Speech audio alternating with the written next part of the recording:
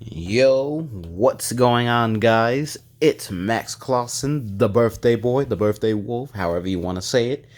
And yeah, I know it's been a little bit, but I've been just busy with work, getting cards together, and if you follow my community posts, I do keep you guys updated. So, and today happens to be my birthday. So, happy birthday to me. Feels great. Big 2-8. Yeah. So I wanted to bring you guys this profile that I've been waiting to do.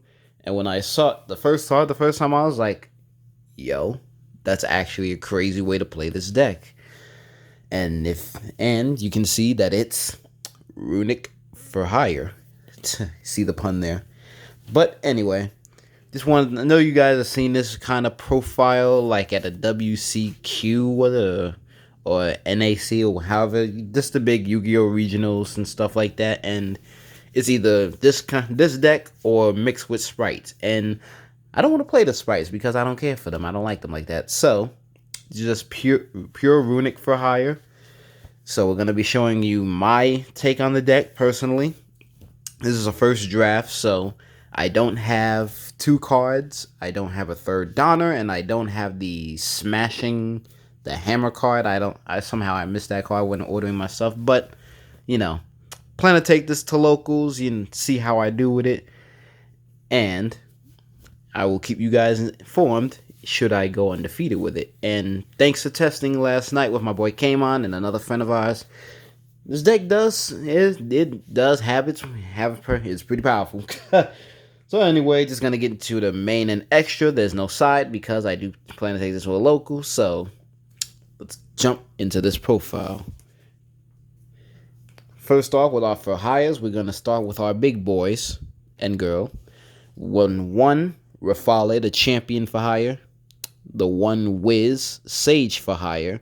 And my own personal like and Tekken here is one Dyna, hero for hire. So these three are your big boss monsters of the deck, of the main deck rather.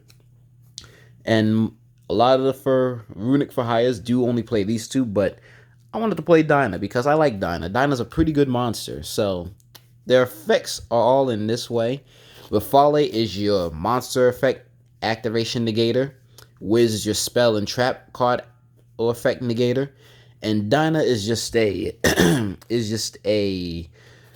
one of those kind of cards where it says, you can only attack me, and upon summon, he banishes cards from your opponent's graveyard up to the number of for hires you currently control, including himself.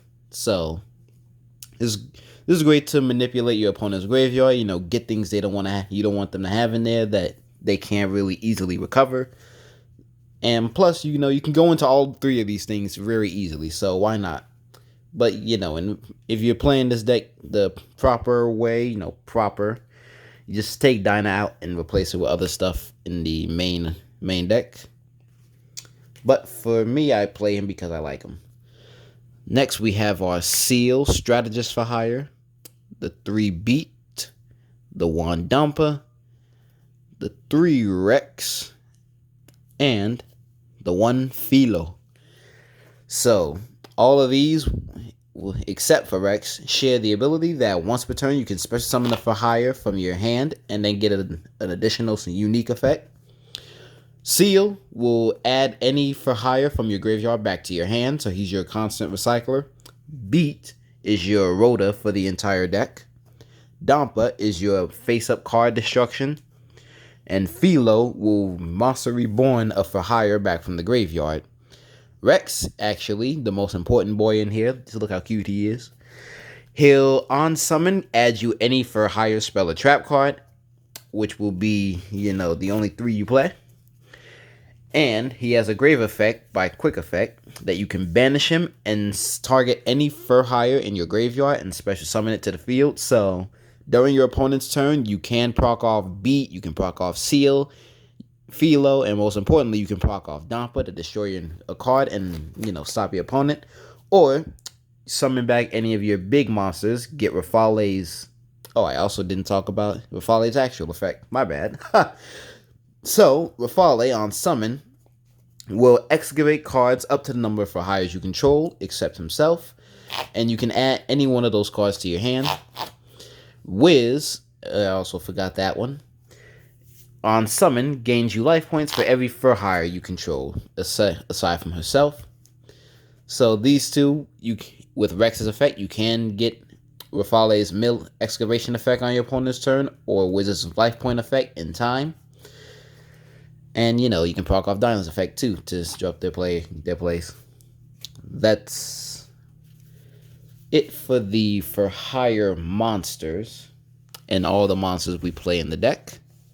Now for the massive load of spell cards.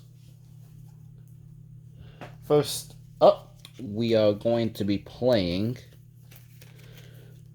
all the Runic cards. We do have the 2 Runic Fountain. Once per turn, after you've activated a Runic quick play spell, you can target up to 3 Runic cards in your graveyard, shuffle them back, put them back at the bottom of your deck, and then draw the same number that you put back, so +3. And its other effect that it's constantly known for is that you can activate Runic quick play spells from your hand during your opponent's turn. So you don't have to set them and fear things like Feather Duster. We play the 3 Runic Tip to search out any Runic card. We play 3 Freezing Curse to negate an opponent's monster and make them banish the top cards of their deck. We play Flashing Fire to destroy a special summon monster and then make them banish the top 2. We play Runic Destruction for back row hate and to, banish stuff from the deck. And we play just 2 Slumber to make it so that anything on the field can't be destroyed by the next battle or card effect once. And then, your opponent banishes cards. So all of these do share another effect where they can summon a Runic card from your extra deck to the extra monster zone. So you have to keep that open whenever you want to do that. And whenever you activate any of these cards, your next battle phase is skipped. So say your turn 2, you do your plays, you activate this. The next turn, your battle phase is skipped, but this turn you can attack. So keep that in mind if somebody tries to cheat you. And their effects, like Reckless Greed, do stack. So if you activate them on your opponent's turn, come your turn, you can't, attack. So than that. It's one of the things I do kind of dislike about the deck because I'm always, just stuck letting you sit there. But the fun thing is, well, not so fun, but just toxic. The toxic thing is that should you not be able to close the game out, you can just make your opponent banish their entire deck. So, yeah, it's ridiculous. Next up, for the other spell cards, we do play the 3 Fossil Dig. This is just your way to get to Rex because that is your very important normal summon of this deck. So you'll essentially have 6 copies of them. And for the rest of the for hire cards, you play 2 Rookie for Hire. You tribute a monster for cost to summon a for hire that's 1 level higher or lower than the tributed monster. So you would always get rid of your Hugin to summon Beat. And then we play Mayhem for Hire, which is our in-archetype monster reborn next to Philo. Summon your target for hire monster in your graveyard and special summon it in defense. So you can also proc off your effects that way. Next up for our 3Ls, we have, just because we have so much discard fodder, the 3 Forbidden Droplets, and, since Cash is pretty much dead, just in his graveyard, in his grave, the coffin. This is just a really great card again. I do believe you'll start seeing an influx of this card, so be prepared for that. You can send cards from your field or hand to the graveyard to negate that many face-up cards on your opponent's side of the field. And depending on what you discard, your opponent cannot respond with that same card. So I discard a spell, they can't respond with a spell. Discard a monster, can't respond with a monster. So on and so forth. Next up for the 1-ofs, the 1 call by, just because you got to play the call by. The 1 Change of Heart I do main because With this deck, it's still a for hire deck in its like entirety. So you need monsters on your field to go into your extra deck, and this will just take an opponent's monster or bait out a negation. And the one Feather Duster, just because it's Feather Duster. I had no other.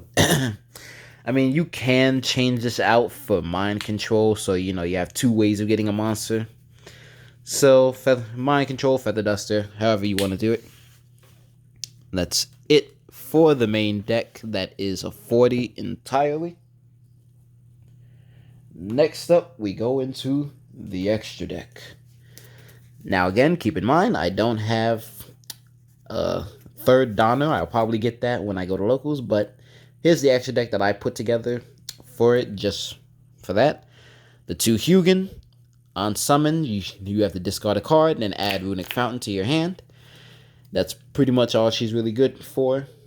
And for the beat play, like I mentioned earlier, the 1 Moonin, the Runic Wings.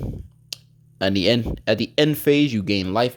At either end phase, you gain 1,000 life points, so another card that's good in time.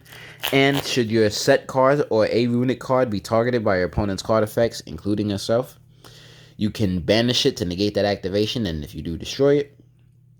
We play our boy Jerry, however you want to pronounce him.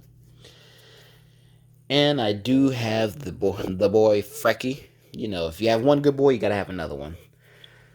So that's all for the Runicks. And now for the links, you play the 1 IP to go into your extra deck during your opponent's turn.